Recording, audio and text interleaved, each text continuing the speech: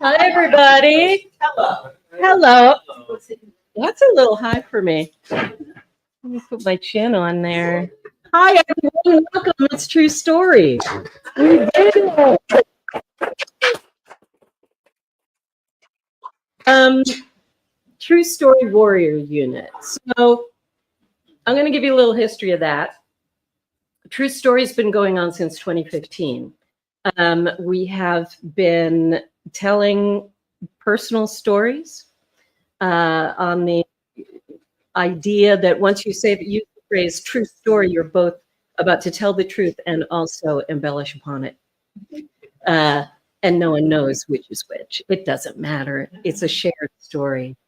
And one of the most important things that comes out of this for me is the work that I do with these veterans, the work I do with friends who don't share their personal stuff, actors who tell other people's stories, and yet they trust me to bring them here to share it with you, with the audience at home watching on the live stream.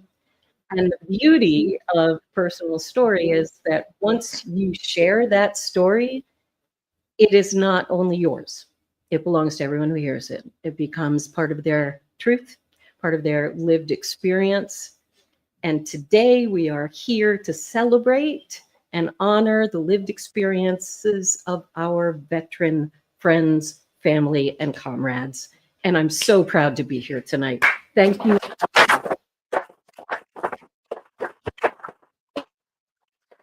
I can't move this and I can't see anybody. Hold on, maybe. Oh, I got it. Hi, hi. Oh, hi. Oh, when did you get here? A couple things. We run by donation. We're a nonprofit, so if you can donate, please do. There is a donate button on the website. There's a QR code outside. There's a cup. You can put money. There's wine. Anything you could want out there to induce you to donate. And some of our veterans here tonight have been working with us since 2017. That is the first time that we collaborated with Wellness Works in Glendale. And they were the original home of the Deadly Writers Platoon. And that was a group of writers who met there regularly under the, I'd say, guidance of Leilani Squire, who's one of our company members now. And they began telling their personal memoirs and publishing them in books. Unfortunately, Wellness Works closed during the pandemic. So it is all the more important that we work to give our veteran friends a safe, secure, creative home. I'm so thankful to be able to do that. Many writers here are from the Deadly Writers Platoon, also from the Warrior Bards program at USC that we collaborate with. And a couple are just now company members. I want to welcome two of the veterans tonight, our new associate company members, Joe Luis Cedillo and Nicholas Cormier III. Welcome, welcome. Who is your second name? I didn't hear the second name. Nicholas Cormier III. You're going to hear him. You will most definitely hear him soon. Dave, you want to go to the next one, please? These are two of our comrades that we had to say goodbye to this year. But we are here to honor them. We are here to share their stories through our stories. And while I'm sure they got their official 21-gun salute and all of that, I want to offer, let's go to the next one. We are dedicating this performance tonight to Kathy and Rick, and I would like to give them a proper goodbye. I guess, is that what we call it? I would like to give them a round of applause long enough and loud enough for them to hear. So let's bring it up for our friends.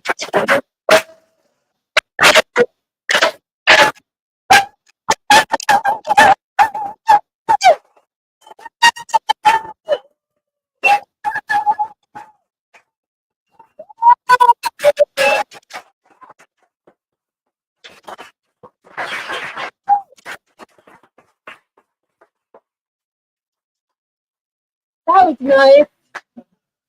All right, I'm not going to talk much more because we have a lot of stories. I'm going to check in with you throughout the evening, probably halfway through, to see if we need a break. But right now, can you hit the next one, Dave? That's Dave Brown.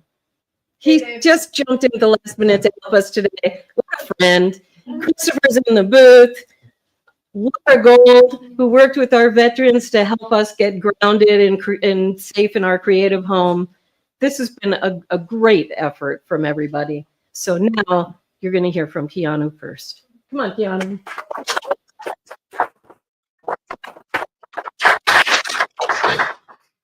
Thank you, Lizzie.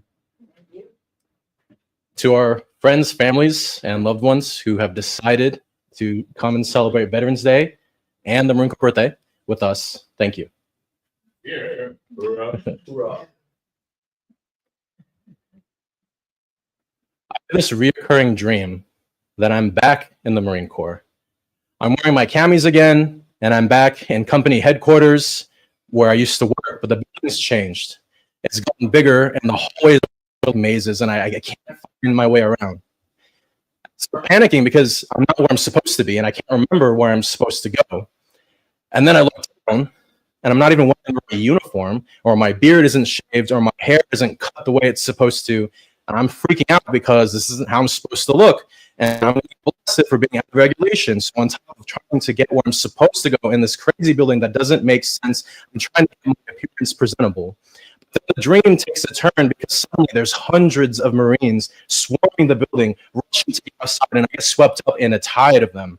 They're pushing me out of the building, and once outside, I gotta look around, and it's nighttime, and there's sand everywhere. We're in this massive, endless desert, and everyone is sprinting in different directions, yelling and shouting. So I'm getting pushed around, and I can't get my bearings. But then in the distance, I hear my friends yelling for me. So I look around, and they're sinking in the sand. They're drowning in the sand, and all the Marines around them are being swallowed up by the desert, including me. So I'm trying to find my way out and reach my friends, but there's too much sand, and it's pulling me down, and I can't move or breathe, and then I have to force myself awake. And the last thing I can remember before I wake up is just reaching for sand as it closes all around me. The most frustrating thing about this dream is that I don't really know why I keep having it. I loved being a Marine. I was respected and I was accepted, and I can say with a lot of confidence that I had an easier time than some of the Marines I knew. I was stationed in Japan, where I always wanted to live. I got to travel all around the Pacific free of charge. I got training in so many cool areas. I took part in so many exercises, and I even got to help run a battalion, all before the age of 23. And when my time was over, I got an honorary discharge, an award for my efforts, and I went off to college. That's so much more than some Marines get, because some Marines don't make it home from deployment.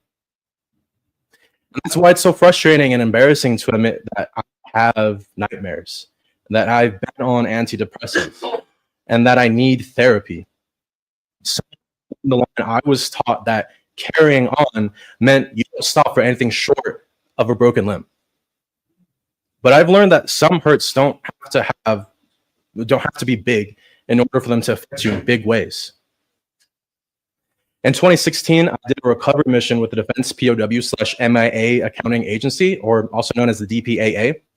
The DPAA is in charge of finding service members who died overseas and whose bodies were never found.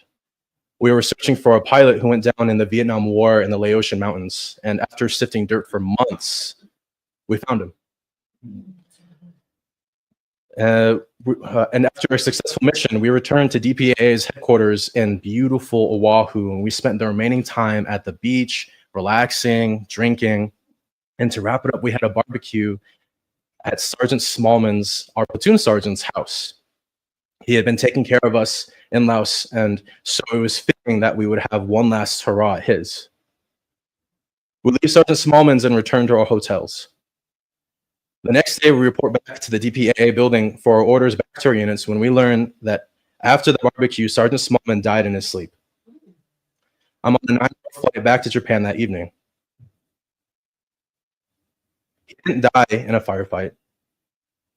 Instead, he spent his last meals with us, his platoon, talking about his kids, his past missions, and showing us souvenirs from all the countries he had been to. I've always regretted not telling him that night how much I looked up to his ability to command respect with a cool head and a sharp wit. I can't always choose what weighs heavy in my heart, but I can choose how I carry them. For years, I chose to carry on silently, ignoring and denying my issues until it took its toll on my mental health. I could justify neglecting my mental health because somebody had it worse. But I want to be better. I want to treat myself better. In the Marine Corps, they teach honor, courage, and commitment as the pillars as what it takes to be a great Marine. But what is often overlooked is what it takes to be a great veteran. I want to be a veteran that honors the kind of Marine that I was. I want to be a veteran that has the courage to confront my dysfunctions. And I want to be a veteran who's committed to carrying on the values and skills I learned as a Marine into my new ventures in life. Thank you.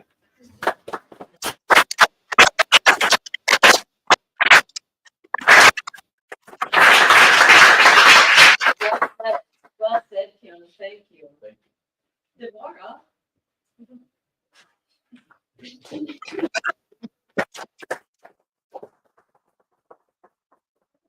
With us for some time now. You were part of the original group, Yeah. and this is a continuation of your piece from last year. No, I think that piece I read before the pandemic, the one you're thinking of. Yeah.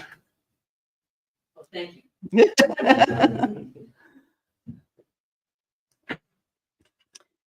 It was hard being raised by a military father. My dad, in particular, had a way about him, a way of being, a military way of being, where my mom needed to remind him a time or two to stop being so military, as she would phrase it. And really, a time or two meant many times. He would take a stance with someone in the house, toughen up his voice, and belt out something that sounded like orders to a squadron of soldiers. Having this thought reminded me that when I was a little kid, my dad used to be an umpire for Little League baseball games in our community. On the baseball field, he was pretty loud. I could hear his calls behind home plate all the way from the concession stand where I was eating all of their candy. At the baseball games, I didn't care what calls he was shouting out or who he was shouting at, as long as I got to consume all of the junk food I wanted to. However, his orders at home were quite different. They were short and stark. He knew what he wanted, and he knew we would carry them out for him. For example, there was no need for services such as Uber Eats or Instacart back then, because he had me and my brother to carry out these orders. He had his soldiers. I don't know about my brother, but each shopping trip was a mission that had me on pins and needles. I knew that if I had brought back the wrong brand of mayonnaise, I would have only wished I was back at the baseball field at the concession stand, overhearing someone else being yelled at for making a strike or being called out. And unlike with the delivery service, I would be sent back to the store until I got the order right. On a previous reading, I had a love letter about my dad and how tough he was on me growing up, and his degrading ways, his steadfastness, his harmlessness. I wrote how he would stand guard in our house, rifle at the ready, and made sure the windows and doors were secure. I wrote how he would check on his soldiers, on us, before going to bed, or as I call it, taking a nap, because he only slept about 4 or 5 hours every night. I wrote how he prayed every evening at the foot of his bed, then afterwards, sitting stealthily in a chair by his bedroom door for what seemed like a long time into the night. Sometimes I woke up in the middle of the night to use the restroom, and I could see his shadow in the dark, still sitting in that chair in his room. He knew us. He knew me.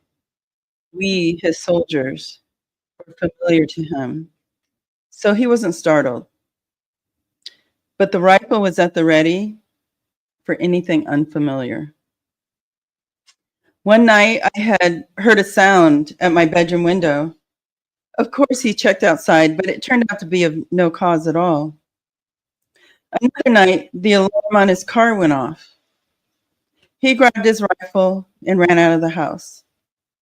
He returned without a shot going off. I wrote about how he would put me back together whenever I was sick, but was disappointed when I sometimes couldn't get back on the field right away. He forgot that I was human, that soldiers are human. I wrote that he was a man of routine and cuisine. He knew what good food was, what it tasted like, and how to prepare it. He tried teaching me, but I grew increasingly uninterested. I wrote about how I retreated and that my solace in a bottle took the place of the hugs and kisses he never gave me. Sometimes these things can take a toll on a person, on soldiers, on humans. I really never knew much about my dad's life before I was born. He had already lived about half of his life before I was even born, so his life as a young man was never revealed to me in real time. What I didn't know of him, some of what I have already described, didn't make much sense to me growing up. Not in real time. Because he never really spoke much of his younger life. Not until his passing did I learn that he was drafted into the Army in World War II to an all-colored infantry division and served in Europe until the war was over. That was the young man that I didn't know anything about. The man I knew served in the Air Force in a less harsher job during a less harsher time. But he had already retired before I could remember him in uniform, in real time. The man I knew growing up worked as a civil servant on a military base. The man I knew was an umpire for a baseball league. What I didn't know was how complex he was. I didn't know how caring and loving he was. I didn't know any of this until after he died, which is when I wrote the love letter. Because of absent knowledge about him, I've had to carry on in darkness, gradually finding the light and making sense of it all while trying to put all of the pieces together along the way. Going into the military myself helped me to understand some of the missing pieces. But I feel like that was only a fraction of what I needed for healing. I needed to know more about him in real time while he was still alive. I needed to know in real time why he was the way he was. I needed to have more conversations with him in real time. I needed his hugs and kisses in real time. I think this would have caused me to be more interested in what good food was, what it tasted like, and how to prepare it while he was still here. It would have prevented delayed forgiveness after the fact, after he was gone. The love letter I previously wrote about was about my dad's way of being when I learned why he was the way he was. This letter is about forgiving that man, letting go, and carrying on. Thank you.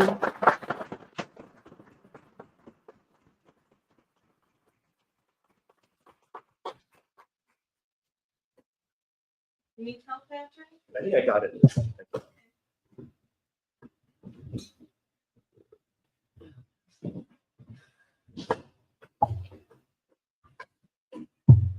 We should have gotten a less complicated music stand for tonight.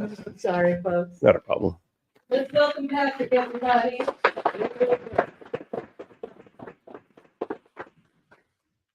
Good evening. I'm Patrick Ignacio. I served in the Marine Corps, and my oath of enlistment does not really expire. Hurrah. Carry on. Chronic mixed headaches makes me appreciate my life. Your mom is going to take you out and be with you today, I said to my one and only daughter, Pollyanna, when she was in preschool.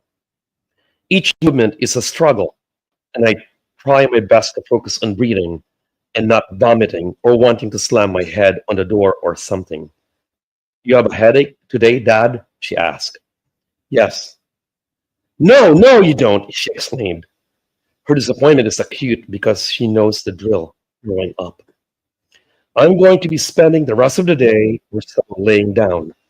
As I kiss her and hand her over to my wife's care, I can feel the hot curling iron in my head, turning my brain into Nellie Olson ringlets. I can barely function, but I can still feel the guilt rise up my stomach. I wish that I could spend the day with my precious daughter. I wish that my medicine had worked. I wish that I didn't have chronic tension and migraine headaches, along with anxiety, depression, and PTSD that I had to deal with all along. These days, my migraine attacks define me as much as my bald head and my poor comma usage. I hate it. Even though I'm one of the 36 million Americans that suffer from this disorder, I feel very much alone and misunderstood. I stopped telling people I have a chronic mixed headache because of the judgment that goes along with it. I'm generally met with a pitying look, followed by, have you tried taking your medications? Or have you gone to the VA medical center? Or my personal favorite, have you tried being less stressed and being calm? It's like telling a person with a broken leg to walk it off. They don't get that migraine is a neurological disorder the doctors themselves don't even fully understand. These well-meaning people view a migraine attack as merely a bad headache. Every migraineur knows that a true migraine attack is nothing that can be powered through. Unlike a lot of other sufferers, my mixed headaches only began right after making it back home from the Gulf War, being a United States Marine. At first, I got one every couple of months, but over the years, they have increased in length, and now I'm getting them almost daily. My main triggers are anxiety, stress, PTSD, and difficulty falling and staying asleep. For Gulf War veterans, this condition known as an acronym MUCMI, which is medically unexplained chronic multi-symptom illness, or also known as GWS or Gulf War syndrome. Of course, I've tried everything to stop them. The only respite I've found so far is being calm and at peace. But since this is almost impossible in real life, I don't plan on being particularly knocked out on too much prescription medication that makes me like a dead walking zombie. Even though my doctors at the VA assures me this is something they can help me out with. I'm still looking for a cure. The list of things I've already tried are extensive, ranging from acupuncture, pressure, craniosacral therapy, yoga, hypnotherapy, diet changes, transcranial magnetic stimulation, trigger point injections, Botox shots, preventive and abortive migraine prescription meds. Oh, and let's not overlook intimacy with my wife. Sorry, darling, none of it works. Sometimes my strong prescription medicine can stop them in their tracks, but most days it's like simply taking Tic Tacs. The meds hardly work if they even work at all. Without my wife's support, commitment, and patience, I'm not sure how I'd survive as a father and a husband. Like most parents, I just want to be the best dad I can be for my daughter. We dads just want to be there for our kids. But when you're a dad with a painful chronic disorder, not to mention psychological challenges, being at your best isn't always possible. On days when my best isn't good enough, when my best takes me to bed away from my family and my daughter. Those days, my dad guilt carries an emotional weight all on its own. Having this condition makes me a dad in name only some days. And since my dad guilt up to the top of the guiltometer, and my head hurts too badly to even let me cry or complain about it. My headache episodes are a thief, stealing time away from my family. While lying on the couch and not able to move, I can hear my daughter and my wife laughing, and I know I'm missing out on moments that I can't even get back. My wife tries her best to be supportive, but still, my severe fibromyalgia attacks cause friction between us. The status of my head dictates whether or not we can have a date night or if she can even get the social engagement we have planned for months. On days that I'm totally down with a headache attack, my wife must live my life as well as her own, juggling housework and parenting. This leaves me dealing with massive amounts of guilt. I'm not the headache-free man she married, and I feel like a fraud as a husband and a father. I'm always dealing with the pain of headaches and otherwise. Whether I'm dreading getting one or trying to stop one from happening, and they stop me from being fully present, from being the father and husband that I want to be. I've missed birthday celebrations for my wife, my daughter, and even myself. Days of vacations, Christmases, anniversary, to my daughter's grammar school graduation, and not even my mom's funeral. Still, I'm hopeful that one day I will find the right drug or the right treatment, procedure, and cure. I have days here and there where I feel totally fine, and those are the days I cling to. Those days, I remember what life is like, pain-free, and I feel whole like myself. Those are the days I try to let define me, not the days I spent bagging on date nights and missing quality time with my daughter and family. Currently, I'm getting free neurological neurofeedback treatments from the EEG Institute thanks to their Homecoming for Veterans program. Also, exploring other alternative natural remedies and treatments. So while I'm still trying new preventive measures to help me through this, and possibly being the only man eagerly awaiting that I'm able to rest in peace, it's the little things I focus on. As the military saying goes, embrace the suck, nothing but a thing. Pain is weakness leaving the body.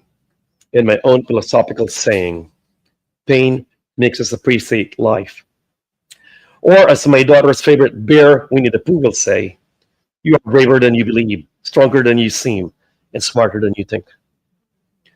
If the chaplains were right, and nothing happens without cause, then the gift of suffering is to bring us closer to God, to teach us to be strong when we are weak, to be brave when we are afraid, to be wise in the midst of confusion, and to let go of that which we cannot longer hold. Today, I'm able to be a dad to my daughter. Today, I was able to laugh with my wife. Today, I was able to write and even read this. Today was a day that reminds me who I am. I am so much more than fibromyalgia or a headache. I get to carry on, appreciate life, and live life. Thank you very much.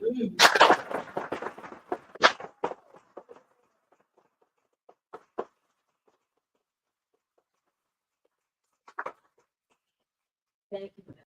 That was, Thanks. that was great. And your wife and daughter are here.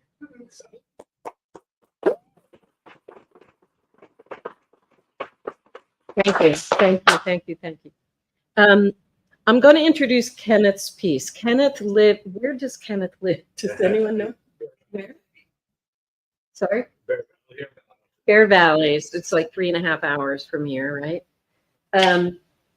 Kenneth's work, Kenneth is a poet, and also he works in visual art. And you guys can correct me if I'm wrong, and I'm sure Kenneth, who's watching right now, will correct me by the time I get home.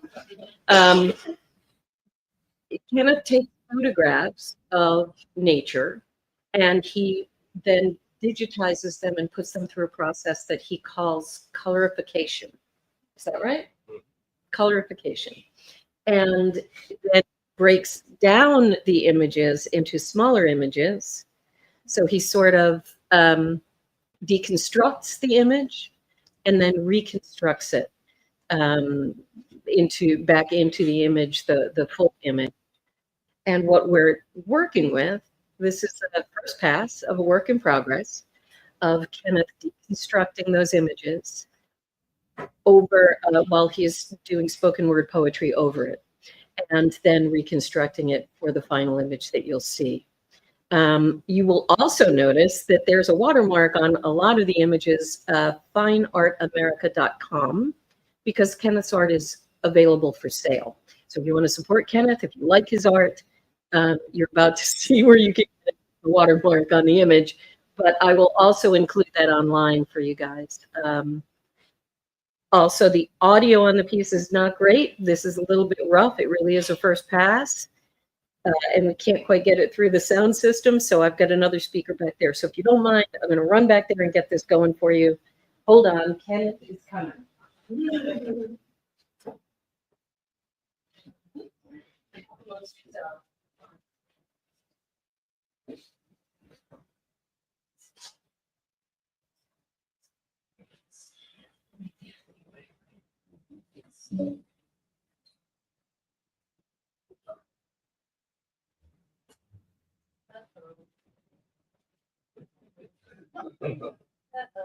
You haven't seen my desktop. Sorry, kids. Make sure we're connected to you.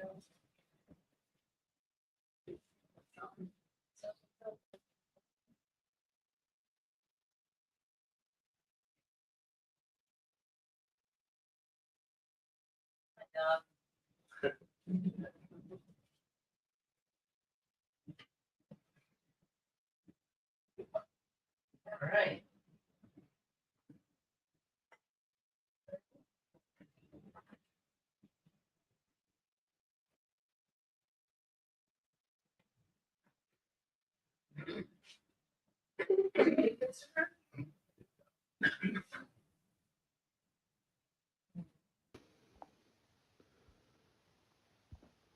Fantasy, the CPTSD way. Nature bathes in sunshine each and every day when not in shade. Segments of fantasy request a walk with banality. An exquisite taste, the way the sway takes you out of the line of fire and mind. You find me in a room, in a cage, in the throes of a stage where war is waged. Warriors' only task is engage. Respect replaces fear, contempt metered, rage stored in adrenaline, sentiment, no time to rest, no time to detest, only protest. I do digress. How high is heightened awareness, sleeping in woke mode, for toads becoming bold, years away with no departing trauma. One may think, my sweet darling. Links keep ties even as eyes are open. No hope to find hope, no matter where I'm looking. No playbook for the continuation. What are they now cooking?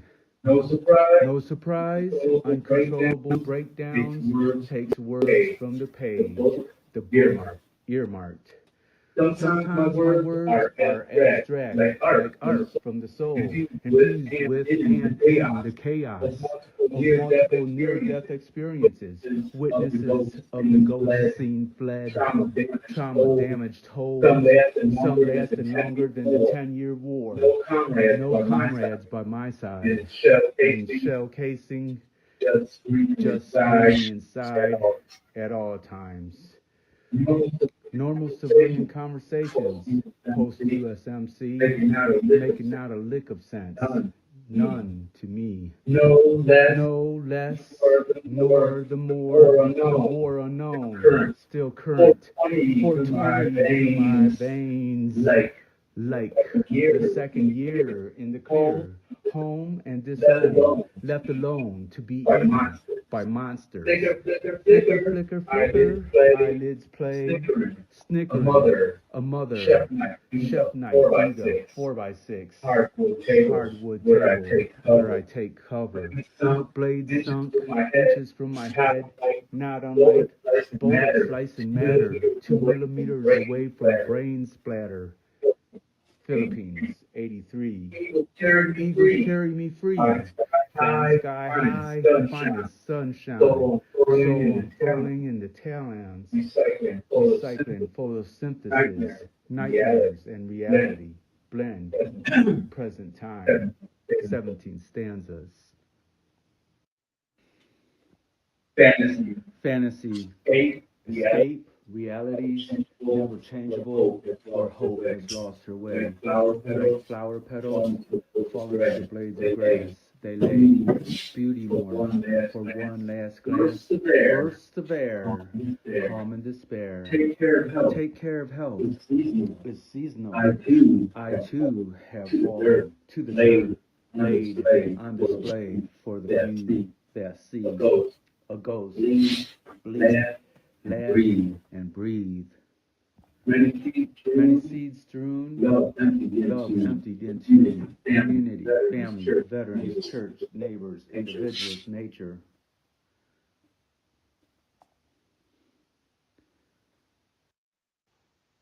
Fantasy is easier when reality is horror. Where normal conversations, everyday events make not a lick of sense.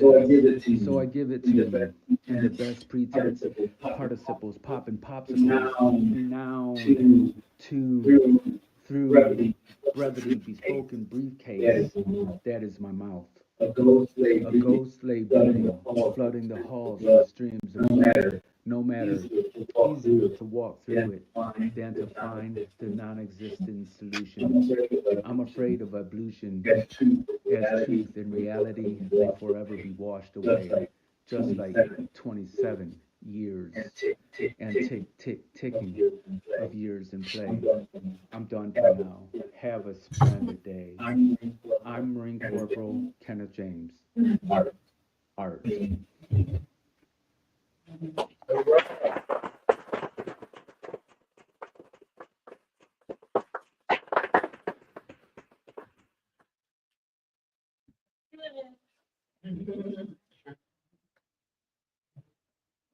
DC.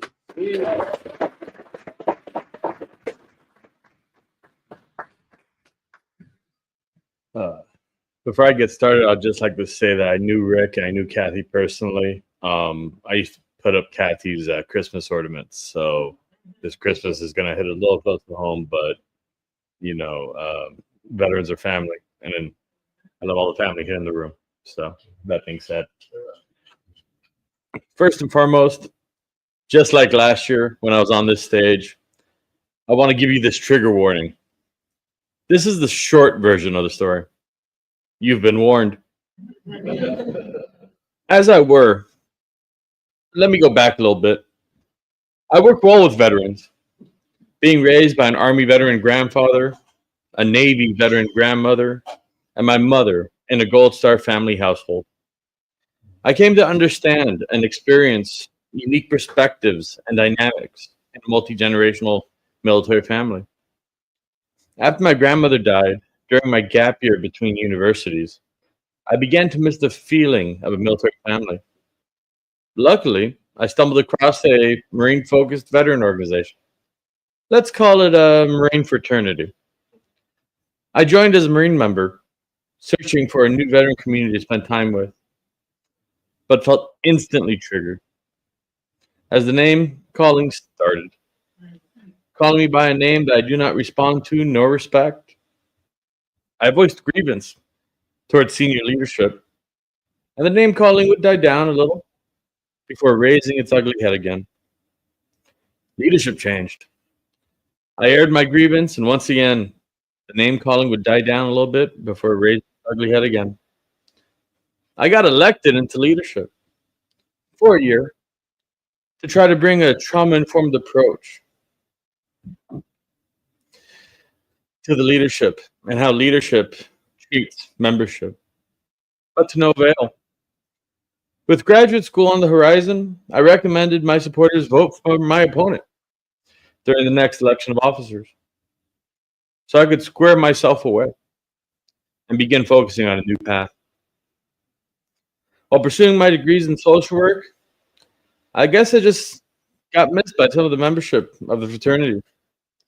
Members would call me and air their grievances about leadership,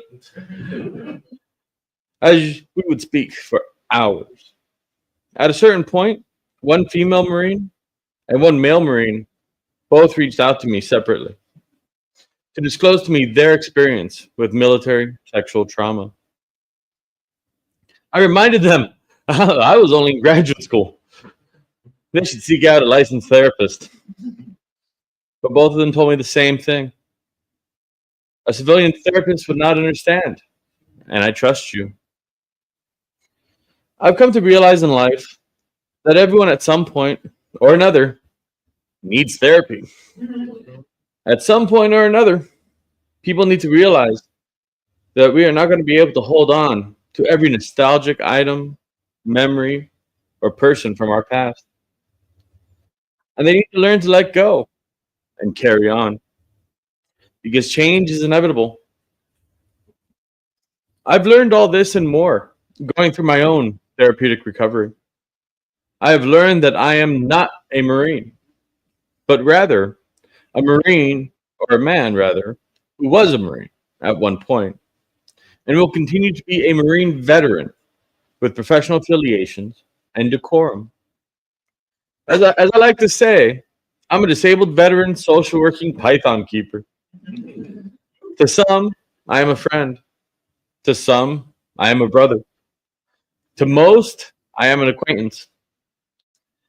But for a handful of people, very few people every year, I am their therapist. A person that acts as a mirror, an emotional vessel to help others process their life and some of the difficulties and traumas they may have experienced. While I am a therapist, what I am not is a punching bag or a stress toy. Earlier this year, I attended a state convention for the Marine fraternity, a 2-day event in the Embassy Suites in Downey. I was looking forward for the camaraderie amongst fellow devil dogs over food and drink. As a changing of the guard occurred, there they were, newly elected candidates, walking up to take the obligation of their office, elected leaders from detachment throughout the state. One of the new incoming officers was the leader for the detachment I had originally joined. Well, at first I was in support of this upcoming year of leadership. I quickly changed my mind. As the leader for the new original detachment turned around during the obligation, walked up to me, put her hand around my throat, and began choking me. She was applying enough pressure that my skin tone began to change. As reported to me by a witness, of course. A witness. That's right.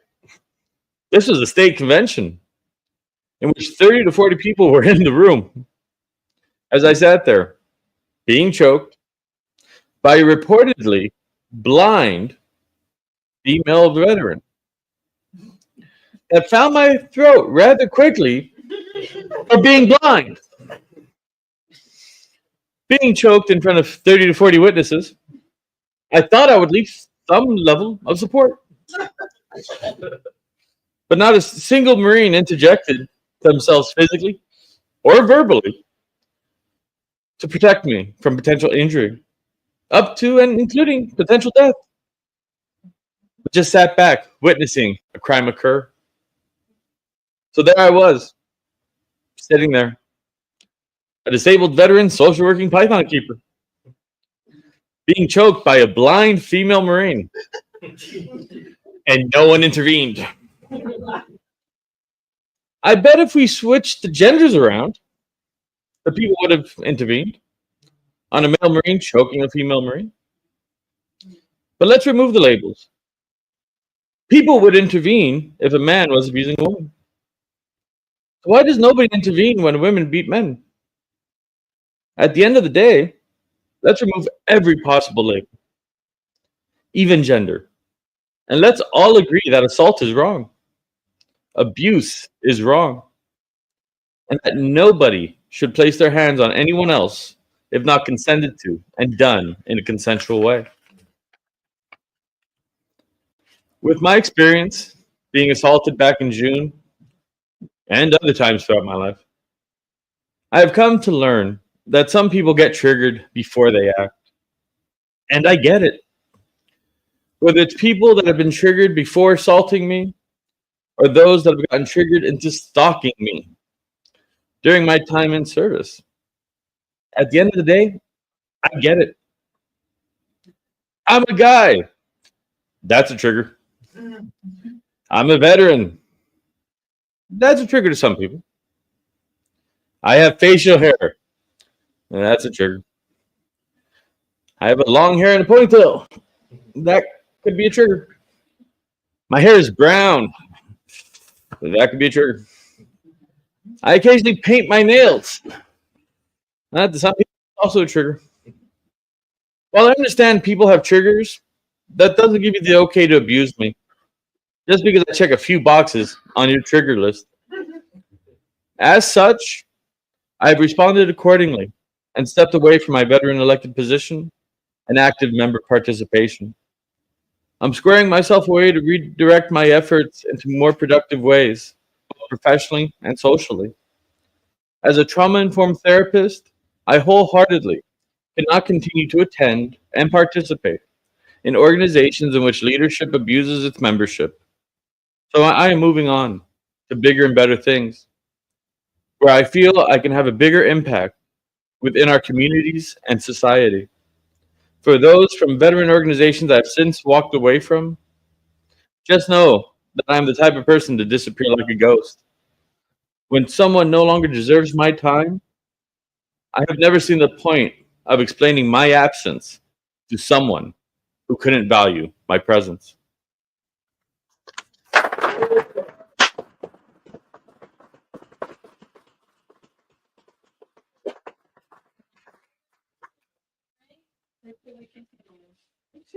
Yay! All right. Nicholas.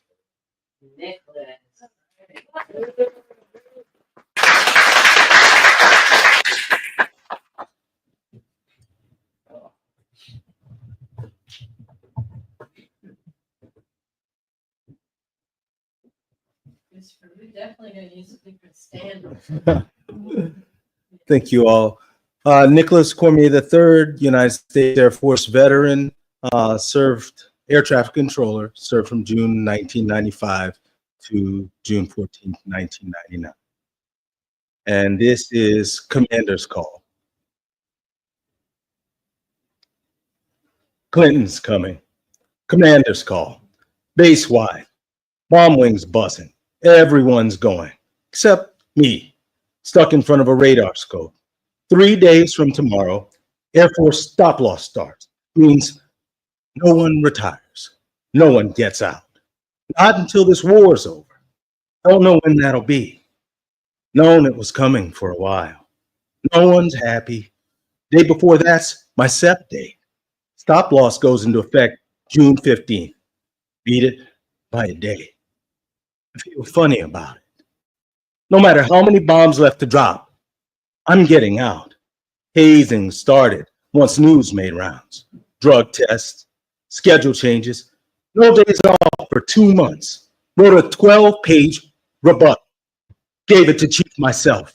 Smiled. Told me not to worry. Why? I'm getting out. Got into a bar fight. Guy behind my schedule change. Sergeant Nasty, not his real name. Got it for picking up lower-ranking female airmen. You'll never make it on the outside, he said. Fuck you, I replied. Outranked me. Said it anyway. Put his ass in a headlock, too. Not because of what he just said to me, but what he said to my girlfriend. Tried to talk her out of dating me because of my fiance. Bucket could fight. Surprised me. Would have had nastier than him to win that. Someone broke it up. I'm glad they did. Might have stopped me from getting out. So here I am, in position. Wonder why I'm watching Sky.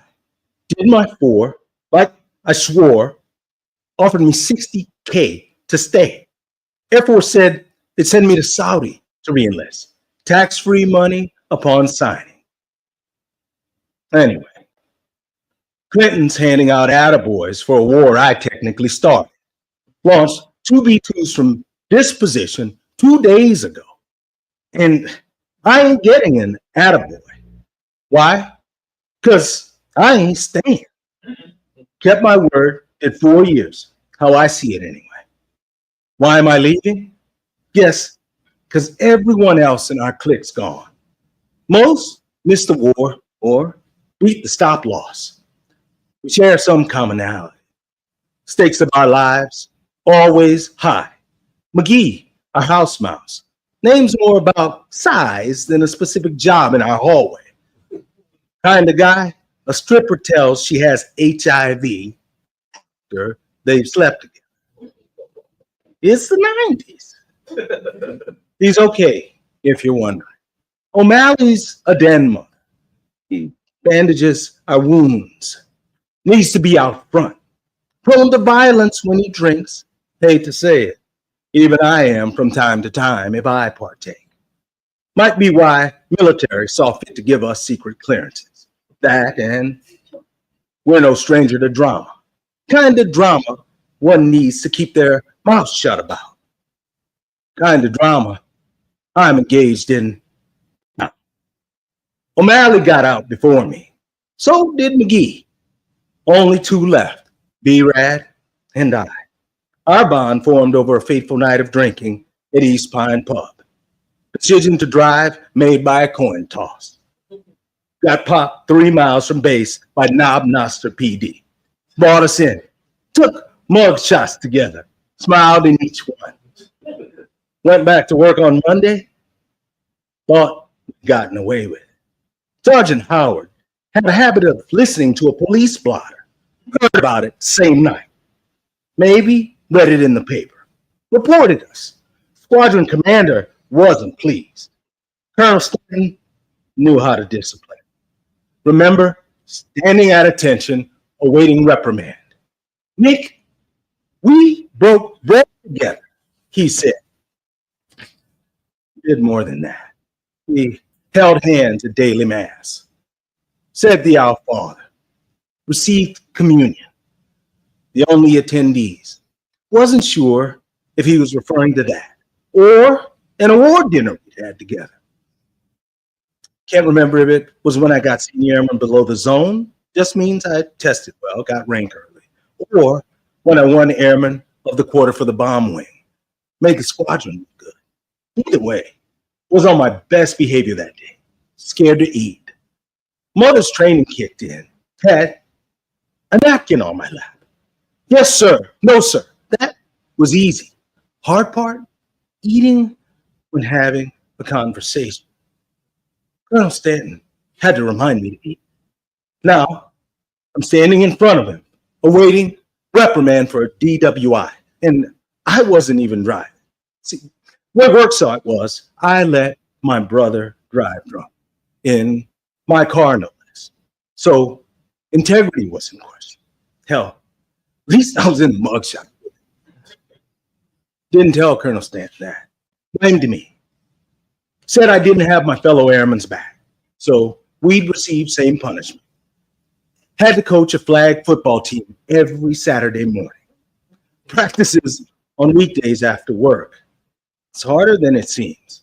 Neither B-Rad nor I knew how to control our alcohol intake. Making it to a game was a toss-up. One Saturday, we both missed the game. Same day. Didn't even party together the night before. Felt like Dr. Jekyll. But those kids, each one's hug on Saturday melted me, formed me, made me better, at least on most Saturdays. I wonder what Clinton's saying. Can't remember when our last commander's call was. A few days ago. Had to have been. When's not important. What I saw, courtesy of GATSCAM, means munitions guided by satellites, pinpoint precision, camera on them too, bomb's eye view, piping hot brand on brain, sears, traumatic stress enters body like contrast solution before an MRI. Won't flush out, burden to bear, images, not mine, to share. Mixed emotions. Something about a whole bomb wing clapping at bombs bursting, not in air, but everywhere. Pride steeped in guilt, buckle the body. Values be damned. Sacrifice. Anyway, glad I'm not there. Not sure how I'd react to President Billy C. in that first place. He closed so many bases, not necessarily a popular guy in these parts. Rambling. Each revolution of my radar sweep reminds me of Diane, her answering the phone when Gladys called. Engagement ring parted from Gladys's finger shortly after. Time healed. She married me anyway. Made a promise I'd be different. Mother blames the military for dad's infidelity. Instilled it in me. Part of my getting out so Gladys won't become like her. Bitter at me or the military. Gladys flies in tomorrow.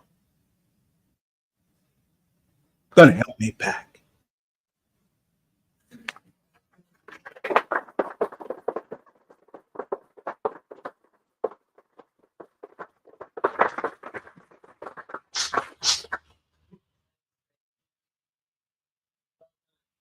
Luis, you want to?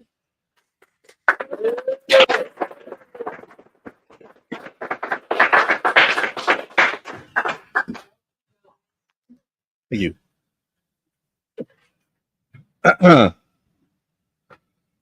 As a Marine, carry on is an unofficial command like at ease, which means you can relax in a stiff, uptight manner, or at rest, that allows you to talk, but you can't move your right foot, leashed like a dog, but we can bitch because that is a preferred form of communication amongst Marines. Chances are, if you say, carry on, gents, to a group of Marines, unless you're an officer, we go right back to bitching as we field strip our MREs, broke down our rifles, or repaired our Humvees and radios. Bitching is actually a form of happiness. Carry on is a Dickensian phrase conjuring the best and worst of times for me. It reminds me I've been drilling or taking command since I was 13 years old. I learned to stand at attention in July summer heat of Camp Roberts, California, where the cool coastal breeze from the Pacific traversed the hills and plains of Central California, becoming a blow dryer on my face, standing on what felt like a mile of asphalt. Feet at a 45, hands clenched, head cocked while gazing into a faraway unknown, never flinching, stiff as a board. Typing this, I'm reminded of a body in a coffin. When it came to drill, Air Force Junior ROTC had the position of attention locked down. However, you would continually be warned, don't lock your knees.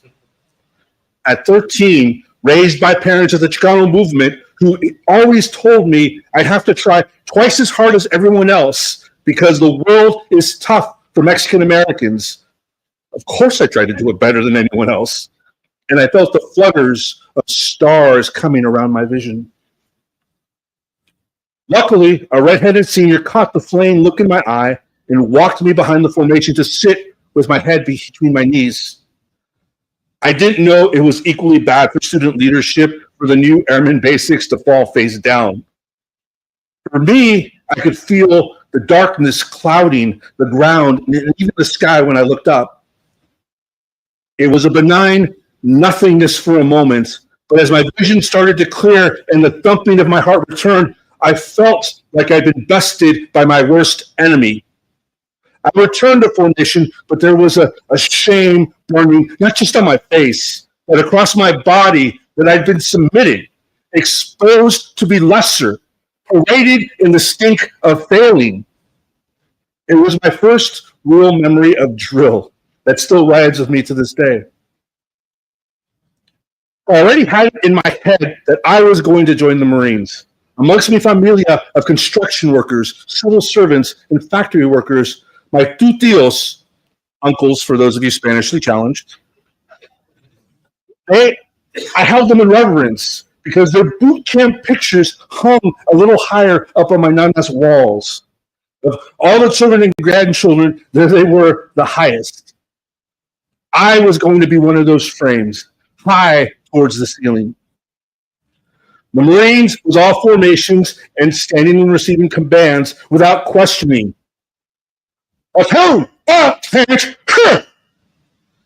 Since that time in Camp Roberts, it was a pride of mine that I'd never fallen out of any formation, passed out from locking my knees, nor letting that darkness in. And we'd stand in formation for hours that felt like days. At attention or parade rests that was truly not relaxation, sweating through our gabardine khaki long sleeves or our forest camis under a punishing sun as a means of endurance or a reminder that suffering and oppression is the norm, but that the government has invested money and time in training us to become masters of our own. What better engine of converting martyrdom into heroism, of suffering into medals, and all of it into making us weapons that they could point us towards an enemy? Of course I ate that shit up. I was actually hardwired for it since the days my family picked in the fields or farmed on the stony soil of Coahuila, Mexico, with lifetimes baked into the wrinkles, broken into their faces and on their bodies, but lacking a societal role that uplifted them for their daily sacrifices. I could stand and not fall because they lived lives on their knees. And it was such a relief not to fall.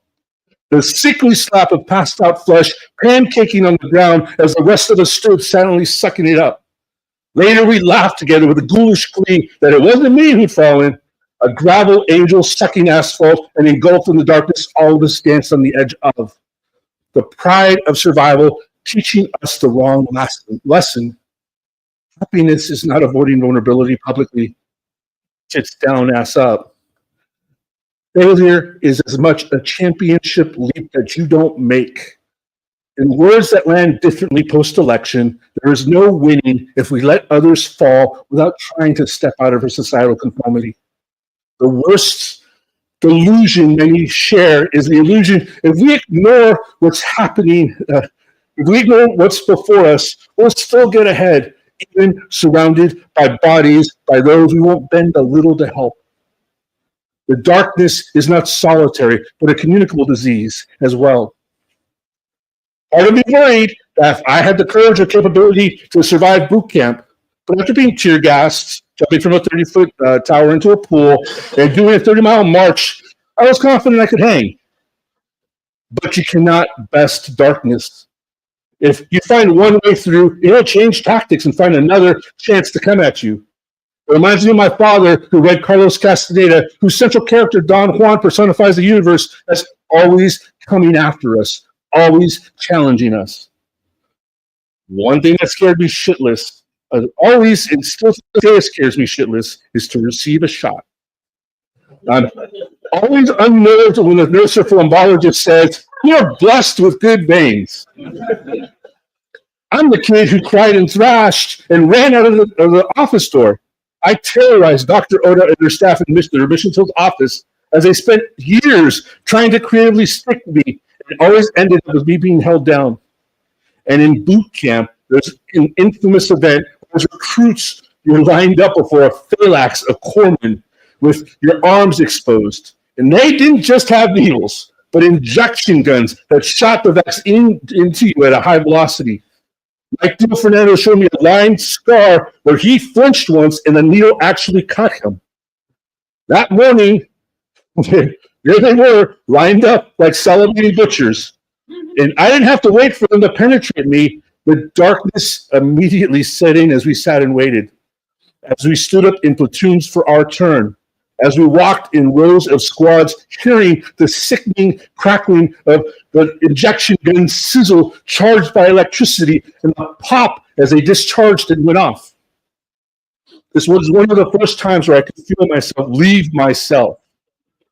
Even as I felt my stomach thrashing like a fish on the line, my body coated in a full flop sweat, my vision so narrowed I felt like I was walking a thread.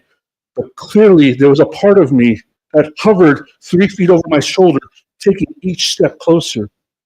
Watching them hold the guns over my biceps and take their dozen blows, but still remaining to the end.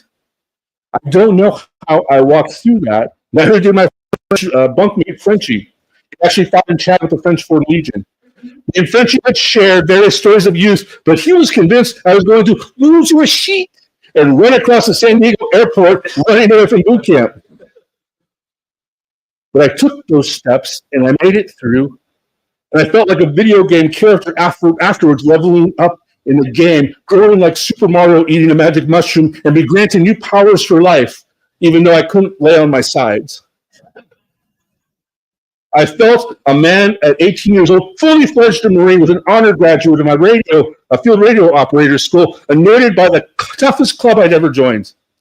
At that point, I'd bested the manifestations of darkness that had come.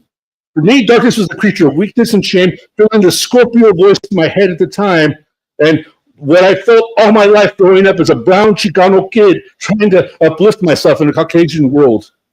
You're different from all of them. You don't belong. It is that feeling of being afraid I shove deep so I don't glow radioactively in front of my fellow Marines. Fear is contagious, and they'd be forced to quarantine me from them. It meant the death of not only my pride and my honor, but what both my father and mother instructed me that I shouldn't ever do in my life. Bring shame to our name. So that ever after, if one met a Cedillo, somehow they conjure up me fainting in a formation, or crying aloud and passing out in the shot line, or hesitating to jump out of the C-130, and the entire plane load of Nevada Marines laughing at the guy who couldn't hack it. I was young and my darkness was too. So the darkness decided to level its game up too. My first operation with my unit, Anglico, was in Arkansas, and to my shame and surprise, I was lost. Even surrounded by several thousand soldiers, fellow Marines, and Air Force personnel, I found the one part of this forest, literally the center of a war game, where there was no one. I had NVGs and could scan the dark night, and I didn't see a soul. I had been tasked with a map and a compass to hop and make contact with my fire control team less than 2 clicks away. And by compass bearing and orientating my map, those fuckers had moved.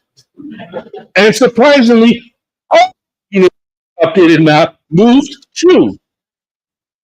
You don't want to be alone on an operation. There are too many stories of young Marines stranded someplace, found as bones because they got lost. Even after extensive searches, they get found with empty canteens barely covered by their camis. Being found nude embarrasses me for some reason. The thing about an Arkansas thicket is there's a darkness that stares back at you when you look too deep into it. It was that Puritan Sylvanian apocalypse, Conrad's dark Congo river of sin. I thought I'd never be more lost than I was that night in Fort Chaffee. The gospel of Elvis is we all die alone, and I felt myself being left behind and fading quick. Even though we were in the middle of a war game exercise where Army soldiers playing outdoor hunted myself and the units I was supporting, I did something that I knew would bring shame to myself, of my family, and tribes of Marines that even treated me Even admitting it now makes me want to cry. I whistled. I called out. I screamed, but no one came. There was a tree trunk that I purged all my gear on. I sat on it and I cried, convinced I was going to die. If you can picture a pitch black darkness in this solitary, shadowy figure, that is a bit of my soul I left there that haunts me at my lowest moments, staring across my life at me silently judging. But then I wake up and I'm in All of You Hospital, where the one thing that you never have in my room is dark or quiet. The flash and hum of IVs, night is a perpetual twilight, and the DVT barbed wire in my leg, the wheezes of pulmonary embolism swimming in my lungs, and the feeling of my bones on fire. Insomniac me, the chemo Bob of sleep no sleep. But instead of remembering Bangkok, from the scurrying tuk-tuk zipping past buildings of all the thrill of performing on the Freud stage at the Toronto Theatre Classics Festival with the best audience I've ever had as an actor, I'm stuck in the present, smothering me, and I worry that my guts will erupt from my mouth again. I push on the button for morphine, but of course, I've used up my allotment a long time ago, and this pain is taking me down, but this time, the darkness is not coming. I cannot slip outside of myself. I feel trapped in the three circles of death. First the physical, then the mental, and finally the spiritual. I'm begging the darkness to let me die. And I cannot share with you now how I could stand at attention, take a shot, or survived cancer so far. Somehow life always puts me back in that thicket in Arkansas with this feeling that this is not how my story will end. Putting my rucksack on my back, chugging my canteen empty so no one can hear the slosh of my water discipline in the field, and picking up my rifle and sighting off of the moon, picking a direction and walking. Every night when I brush my teeth, my gag reflex hums at the back of my throat as I convulse, coughing blood and spit and Colgate Minn into the basin. I wonder if this is evidence of another embolism or merely my teeth rotting in my gums. As I look into the bulb, whitening my face in the mirror naturally, I wonder how much of the darkness I might have left in over the years. Is that it? Stirring as unease or pain trying to get out? Am I willing to fight with it? The pull of darkness is the tension I live my life by. I see it in the mirror as I'm 125 pounds heavier than I ever was, now mixed with some age and slower metabolism, of course. But I've been a stranger to myself since chemo. I voice its presence when I find I'm a mystery to myself. Whenever asks me how I'm feeling, and I can only give a monosyllabic response of, okay, we're good, because the pain I might be feeling in that moment is only physical, from actual wounds of mine that don't heal. And I'm hardwired by biology and culture not to ever voice to others, let alone myself, that by admitting hurt or some other description on the feeling chart, that it is not a large flag announcing my weakness to the world. But I am that weak. Life has taught me that carrying on means to live no matter what, to make a choice and pick a direction and go. I am always falling forward. Gracias for listening to me, bitch.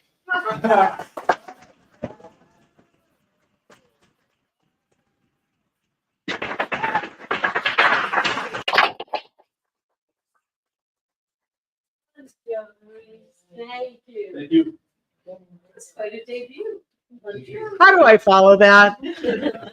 Wonderful, Joe.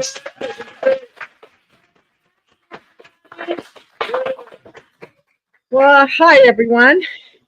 I'm Carrie Fallon, and I've had the privilege of doing quite a few veteran readings, and I've covered a lot of topics. I've talked about military sexual trauma, post-traumatic stress disorder, serving in an area where genocide took place, being in one of the first co-ed basic training companies.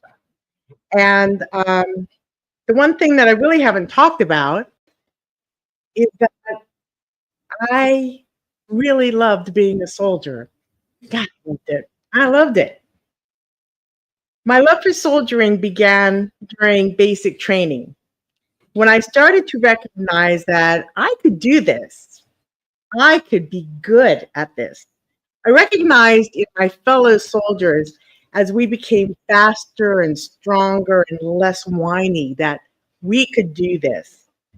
I love the confidence I saw in us females at graduation from basic training.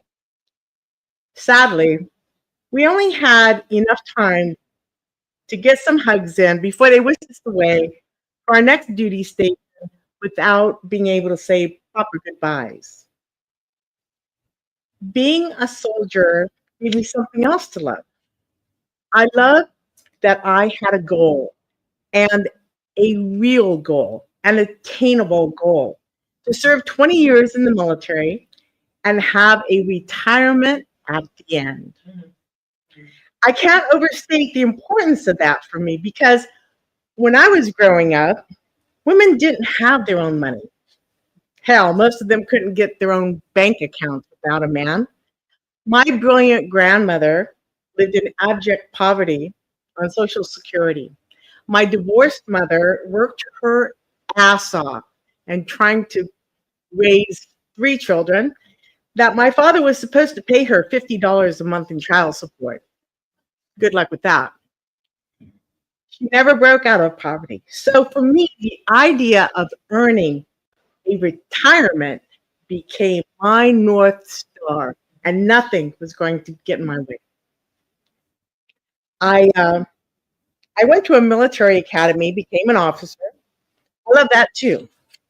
Being yelled at, being challenged, planning tactics, being out in the field, getting dirty, being prepared for the responsibilities to follow. I did most of my service in the Army National Guard in a mechanized infantry division, which meant that I had at least 1 weekend a month and 2 weeks during the summer claimed by the military.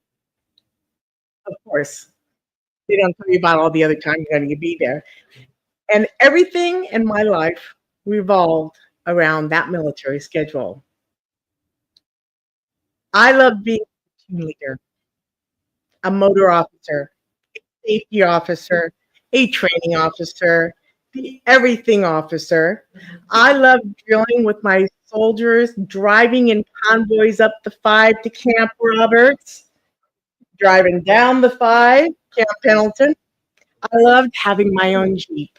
I loved the weight of my red gear and the feel of my BDUs, my hat that fit just so. I loved the camaraderie, my sergeants. I absolutely loved working with my soldiers and training as a unit. I loved that I could be my natural self. I could be strong, forward-thinking, aggressive, bold. I could be all of that, because that is what soldiers need to be. Hua. During my company command, we deployed to the LA riots. I was so damn proud of my soldiers, and I had the best first sergeant that any commander could ever ask for. Mixed in with all the parts I loved was the usual bullshit.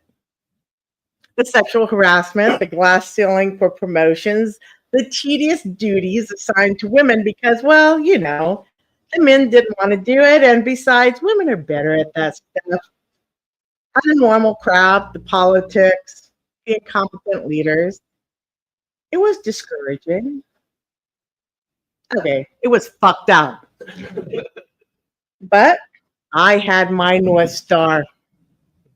And every once in a while, on the way home from drill, while still in uniform, I would pick up some groceries. That is where I would encounter little girls who were in awe of a woman in uniform. They were always shy, but they could not look away. I would hear the mom say, "Look, it's an Army lady." I would always smile and wink. I liked being an Army lady. After my promotion to major, I left that infantry division and transferred to the Civil Affairs Army Reserve. There I found my utopia, special operations. What? Best gear, best missions all around the Pacific Rim. South Korea, Thailand, Hawaii, we had it all. We had a very high operation tempo, meaning we had soldiers deployed 365 days a year, and my missions were anytime during the year and anywhere and multiple. The year 2000, I deployed to Bosnia. At that point, I had 21 years of service in the can, and I felt I was just hitting my stride. The following year, I was promoted to lieutenant colonel. I had to transfer to my new unit. It was up in Portland, Oregon. So I would fly up there for drill, leaving on Friday night, getting home on Sunday night. I did that for several years. I had great missions.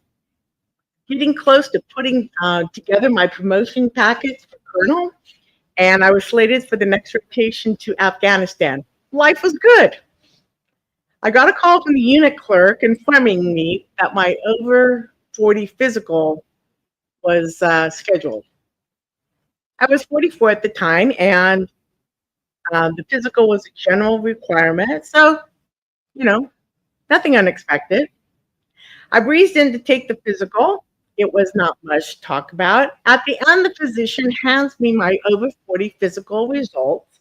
I glanced down at the numbers, expecting to see all ones, and I saw 3. At the same time, my mind collided with that 3. The physician said something like, "I can't pass you due to your hearing loss." Can't pass me? I felt a high pitch ringing in my brain, and the contents of my stomach pushed upward, and I couldn't breathe. I looked at the physician. I said, "Wait a minute. What do you mean you can't pass me? My hearing aids correct my hearing loss." His face was devoid of any empathy or warmth. He said he could not pass me. It was a moment that I was singularly unprepared for. In that crappy little room lit by fluorescent lights and that doctor who had the warmth of a wall, my career ended. I did not know what to do. As I left carrying that poisonous piece of paper with that number 3 on it, my mind was screaming, "What the fuck just happened?" I stood at my car door in the parking lot for a long time. I could not open it. I guess I knew if I drove away, it was over. And my mind was doing this crazy search for understanding and looking in the dark corners of how to undo it. It was like the time when I accidentally cut off the tip of my finger. My mind went wild trying to turn back time to undo the damage. Finally, I told myself I could not fix it now. I had to work with my unit, and I got in my car. But there was no fixing it. Once a physician states 3, it's over. The clerk and I read all the regulations, and that was that. But at this point, because I had over 20 years, I was expected to just turn in my gear and leave. I was asked when I wanted to do that. My response was, if the military wants me to leave on medical grounds, I will require going through the process of the regular Army. That meant going before a medical review board that my unit didn't know how to do, but they had to learn it. I think at that point, I was just being obstinate, but God, if they were going to kick me to the curb, they were going to have to do it right. I went home, waited for my orders from the medical board. I felt like such a fool. How did I get so completely blindsided? Why didn't I give the physical more thought? I was so embarrassed and ashamed of my disability. Was anyone else getting a 3? How about all those guys with glasses, like that doctor? Hindsight is supposed to be 20/20, but in this case, I could not do anything but run through questions. Why didn't I see this coming? Was I that naive? Was I complacent? Did anyone else know this was coming? I was running through these questions like any person blindsided by divorce after a long marriage. In that instant, it was over. My career was over, and damn it, nobody asked me if it was okay with me. I flew up to Seattle and went through the board. I was told not to drill with my unit anymore because my separation orders could come at any time. And just like basic training graduation all those years ago, there was no time for a proper goodbye. When the letter came, I was home alone. I opened it. It was official. I was medically retired. I laid the paper on the dining room table and stood there quietly with a very blank mind. Without thinking about it, I walked into the guest bedroom and opened the closet where I kept my Class A uniforms. I reached in and I wrapped my arms around all of them and squeezed them together. And with a grunt, I lifted their hangers off the rack and carried them outside, down my front step to the garbage bin and threw them in. And then I flipped the lid closed. In my soul, I would always be a soldier. But after being washed out, well, I needed the closet space. Beginnings are important, but endings are important too. How something ends, how it comes to an end, is important. In my opinion, along with the discharge, every person who served in the military deserves a letter saying, "Thank you for your service. Thank you for being part of the 1% that stepped up." The end of my time in the military left a vacancy of some time and space in my life, but not for long. The first summer with no mission, I found myself standing in a pristine river in northern Norway, fly fishing. Standing there with the man I love. And I thought to myself, so this is my retirement. Not bad. I thought, not bad at all.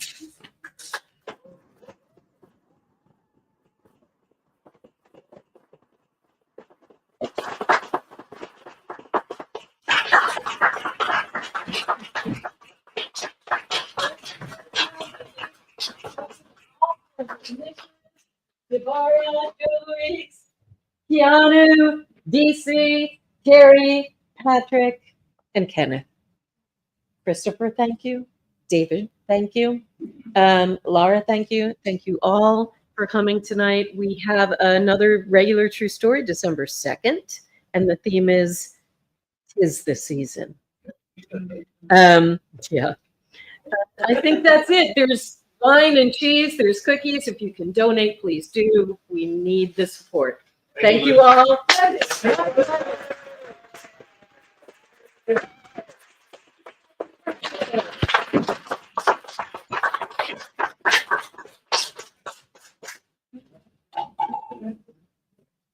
Okay, yeah.